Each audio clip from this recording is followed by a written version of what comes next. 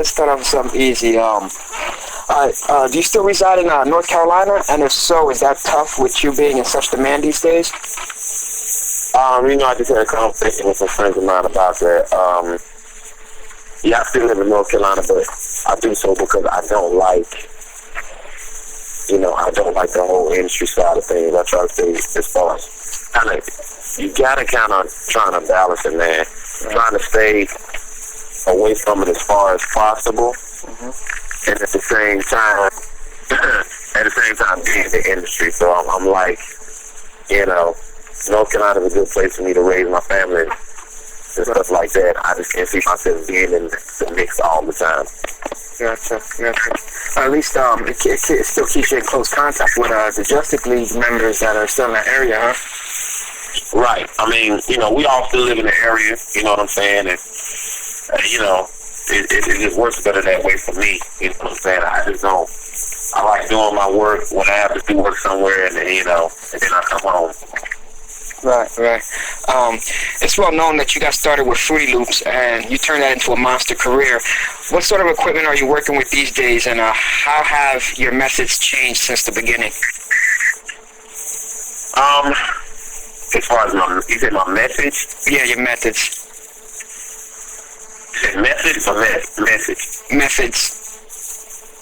Oh, M-E-S-S-A-G-E? Yeah, methods. Methods. Oh, okay. My methods haven't changed that much. You know what I'm saying? I basically stay. You know what I'm saying? I believe in it ain't broke, don't fix it. Right. They may be a little redundant to some people, but I guess that's just the thing. I guess that's the thing for me, man. I really don't. I get into my I really don't care mode. You know what I'm saying? Sometimes. I mean, I just believe in doing what I do. This got me this far. I've seen so many people change what they do and lose a lot of people that stood behind them for a long time. So I just believe in doing what I do, and I like sticking with that. I have grown musically, but at the same time, I'm still a boom bap producer, man. You know what I'm saying? That's what I love to do. So, tell us about your album Dream Merchant 2, and who are some of the artists you worked with? Let's see. I have. You talking about on Dream Merchant or? Yeah, for Dream Merchant 2. Okay, on Dream Merchant 2, man. I work with 5'9", Knowledge, Vandalism from St. Louis, who's a gifted MC, man. Very happy to work with that guy. A singer by the name Keith Chantel, I've worked with her many times on the Buckshot album, as far as on the Little Brother album. Skyzoo, Leg, Sean Don, Most Def, Gene Gray, Memphis Bleak, Saigon, Joe Scudder, Little Brother. Like, it's a gambit of MCs. I just really wanted to get back to listening to music in your car. You know how you kind of pull up beside somebody, right. You see them rapping their life away. Like, yeah, not that, you know what I'm saying? It's not that. There's not a lot of music like that anymore. So I like to get back to that and continue to do that, because there's people out there that still want to hear that music, Word. Were all the songs recorded specifically for this project? And was there a particular vibe you were trying to create? Not necessarily, just a boom bap vibe, man. Some people might think that's outdated, but I think it's enough of us out there that want to hear that. You know what I'm saying? Yeah. We may all be parents now, and we may all be, aunts and uncles, and feel like it's old for us, and feel like we old. But just as our uncles and aunts and parents, they have soul music.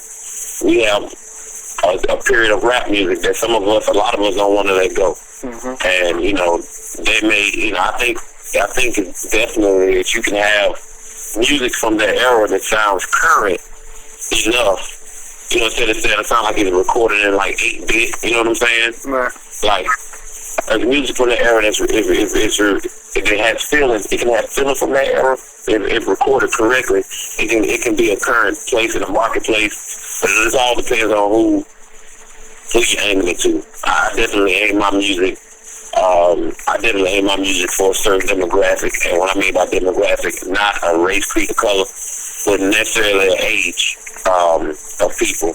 If an 18-year-old gets it, he gets it. If he don't, I really tell you the truth, I really didn't make it. I didn't have an 18-year-old in mind. I had my peers in mind. I'm 32, right. And my peers range from everybody from 28 all the way to age 39. Right. So, that was my sound or whatever I wanted to go for this record.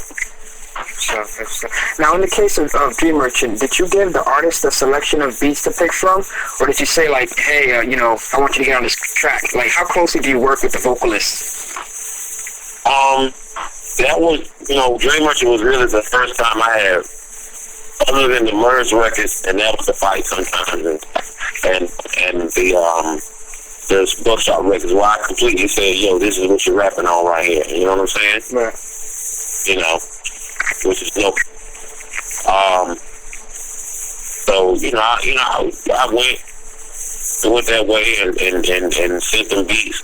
I didn't send them a whole lot of beats because a lot of MCs you just can't bombard with a whole bunch of beats. You know what I'm saying? Yeah. So I was like, I sent a couple beats to each artist that I felt like they would work on, and they were like, okay, I like this one, then we went from there. You know what I'm saying? So it wasn't that much of a tedious process. I try to make it as simple as possible. Gotcha.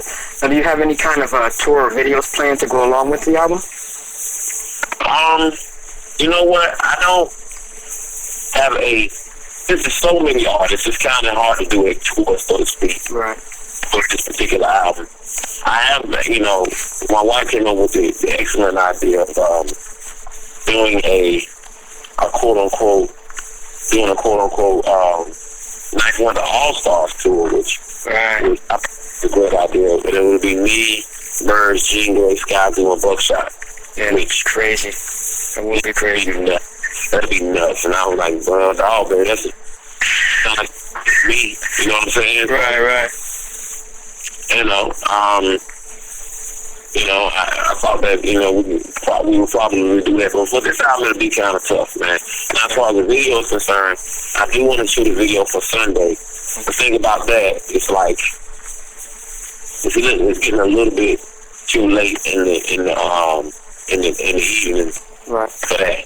You know what I'm saying? It's getting a little bit too late in the year for that, because Sunday is a summertime record. And if we just shoot a video next, it'll have to be for the last time, and I would want to do it where I shoot part of it in Detroit, part of it in Chicago, and part of it in St. Louis, which would be really dope, I think. Yeah, that'd be real hot. So, that's the only video ideas I have right now. All right.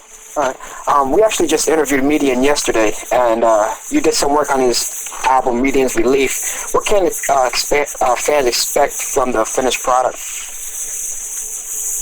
It's classic Median and Knife. I think I really try to hone in on the fact of, I've heard a lot of people say classic Buckshot and Knife, classic Merz and Knife, classic, whoever and Knife, Hold on just a second. Yep.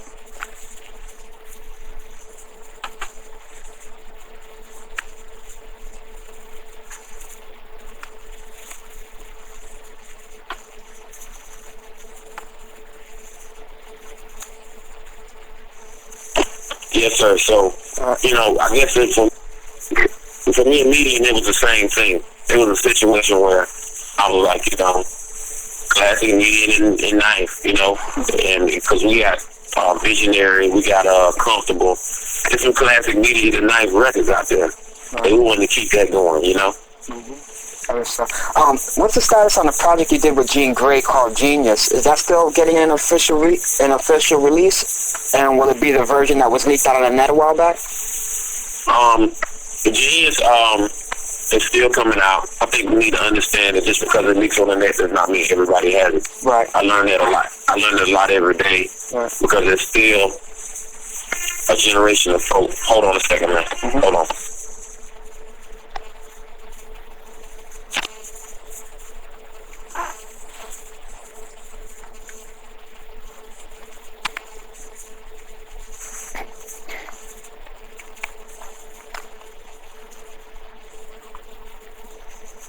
Hello? Yep. Yeah, see, all these interviews are coming in. On the plane out there. It's all good. We take our time.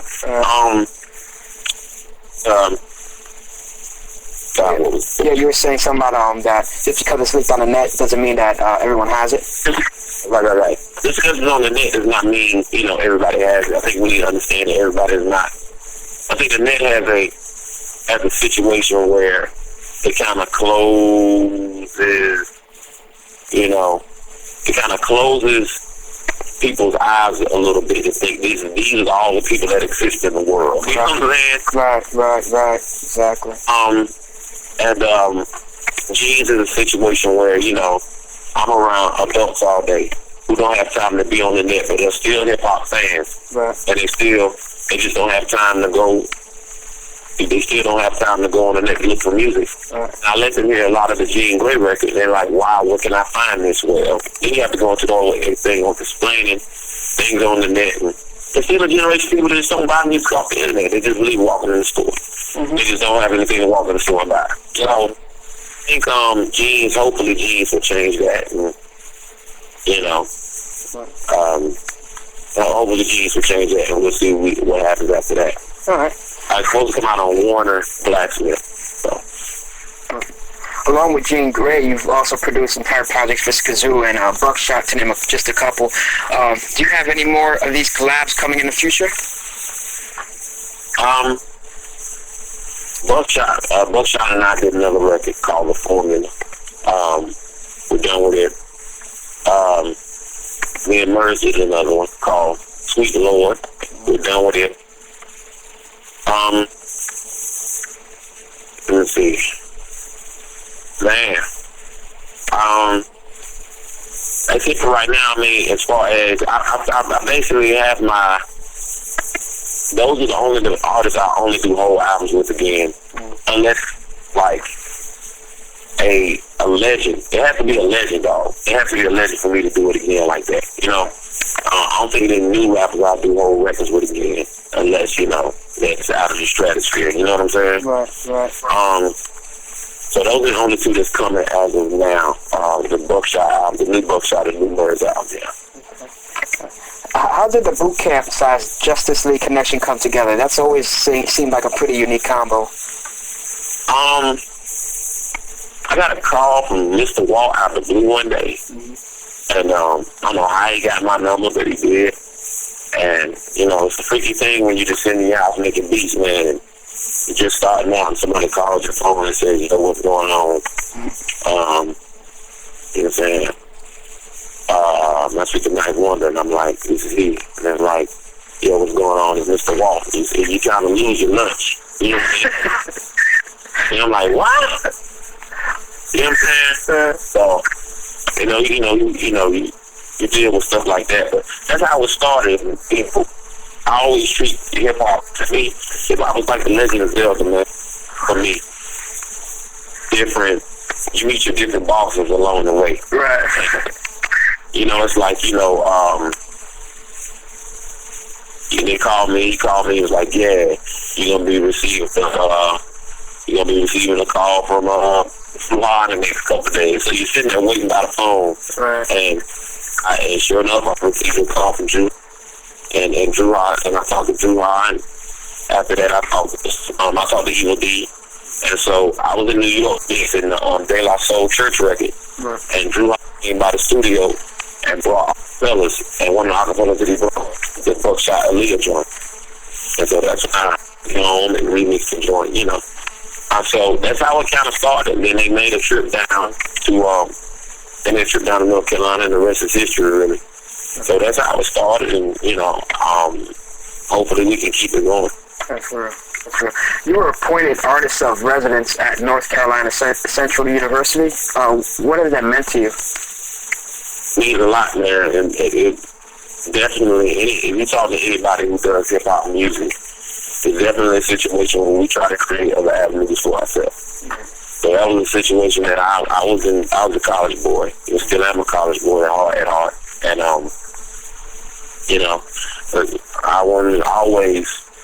went to school to teach anyway. I went to school as a history major. So Now I'm teaching hip hop history, which is kind of funny. Yeah, yeah.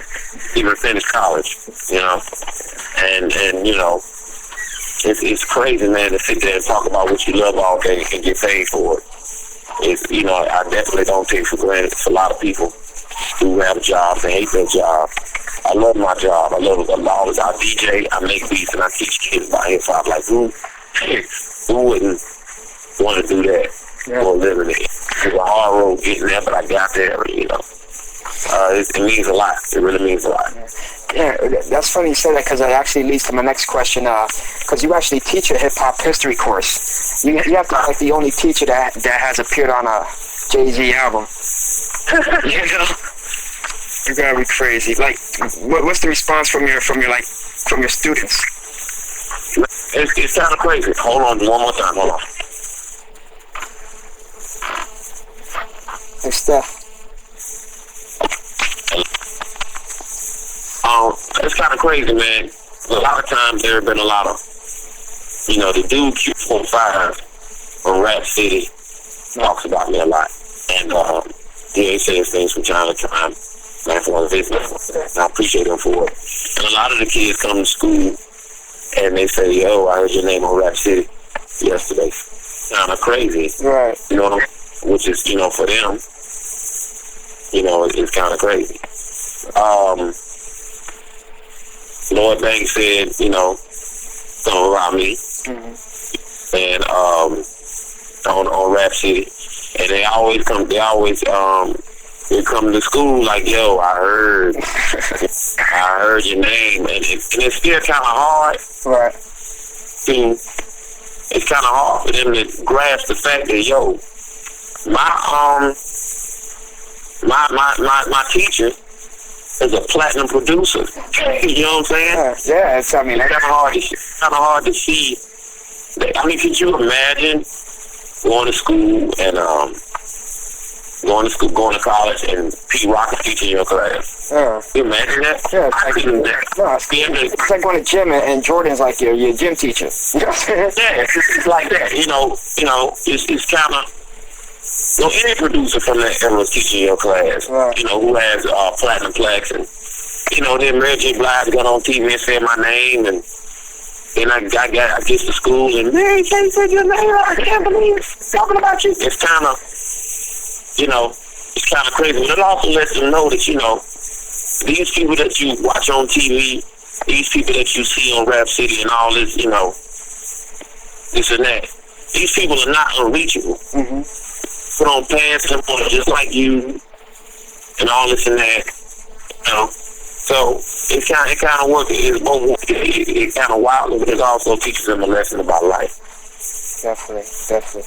Out of the diverse list of artists you've worked with, who do you think sounds the most comfortable over a Ninth Wonder beat? Buckshot. Yeah. Buck and Gene. Although, it's not like, you know, it's a situation that everybody sounds uncomfortable. That sounds the most comfortable to me. Although everybody says that the best work I've ever done is with Murs. Okay. And if for some strange reason, the Buckshot stuff, he sounds more comfortable to me. But the stuff with Murs, man, it's like, we'll do it. I'll listen to it. I'll come back and listen to it again. And I'm like, wow, if we do that, like, that stuff with me and Murs, you know? Right. But Buckshot sounds the most comfortable to me. Him and Gene Gray. Okay. All right. We have to ask this since it was major news. What was the official reason for your decision to leave Little Brother?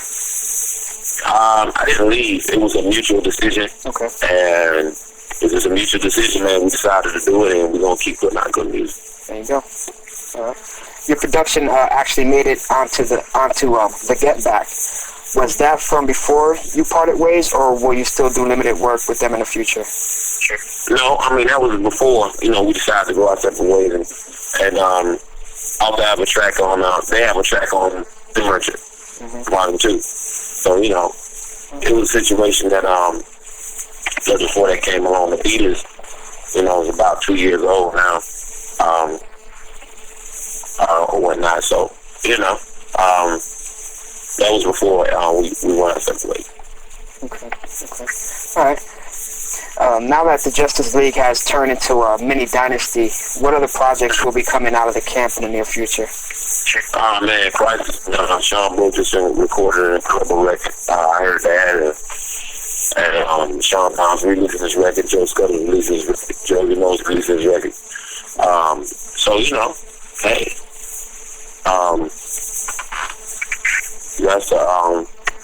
that's the deal. It's gonna be still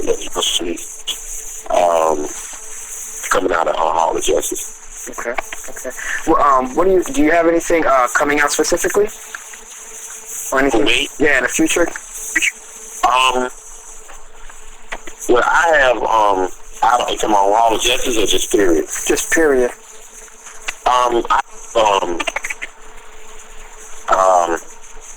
Doing whatever I do that's coming out soon. Right. I'm saying it's the first single. I hope it's the first single. Okay.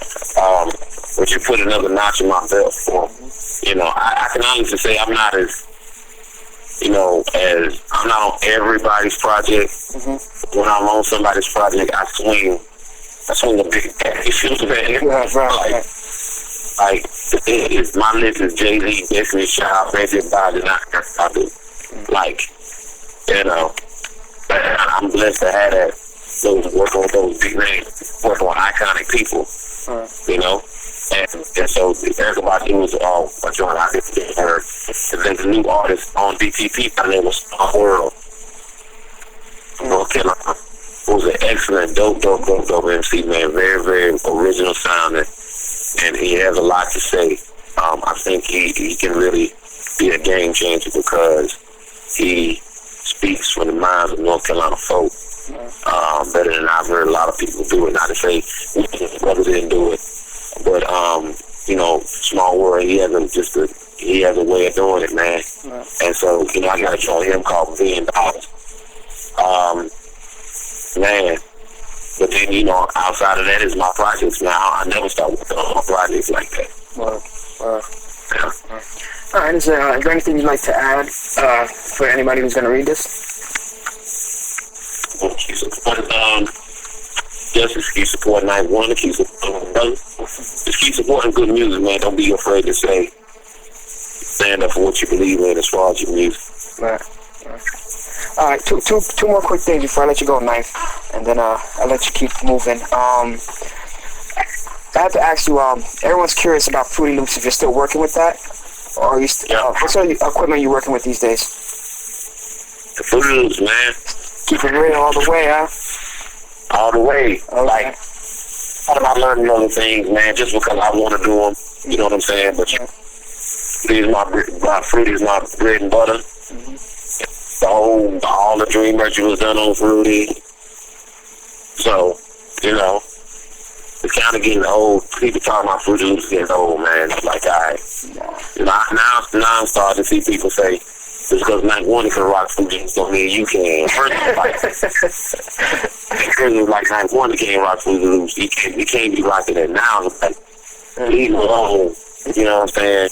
I heard that Shout Excel, who in their shot to work on the Lord Banks album, big shouts out to him for doing that. He's working with a new company as far as like a computer software company. Right. And he was like, I'm looking for my quote-unquote Ninth Wonder, the guy to come on and break this software, which means a lot, Yeah. So, that's what I'm known for doing. I like being in the box by myself, man. I let everybody do what they do, but I like being me. I have a good time being me because there's nobody but me. Mm-hmm. So Fruity Loops is it. That's what it is. All right, and the last thing was we're collecting drops for AOR Radio. I was wondering if you wanted to participate in that. Yeah, what I need to say? Just say, just plug your name and AOR Radio. Pretty much that's it. AOR Radio? Yeah, AOR stands for ArtOfRhyme Radio. AOR, all right. Whenever you're ready. Yo, check it out, man. Live straight from D.C. in the hotel room, and I just got here from being 7 hours in the airport strong. It's your man, Ninth Wonder, representing for AOR, ArtOfRhyme Radio. Peace. Good looking, man. Hey, I appreciate you taking out the time out of your busy schedule to do this, man. No problem, man. All right, good luck on everything, bro. Thanks, man. Bye.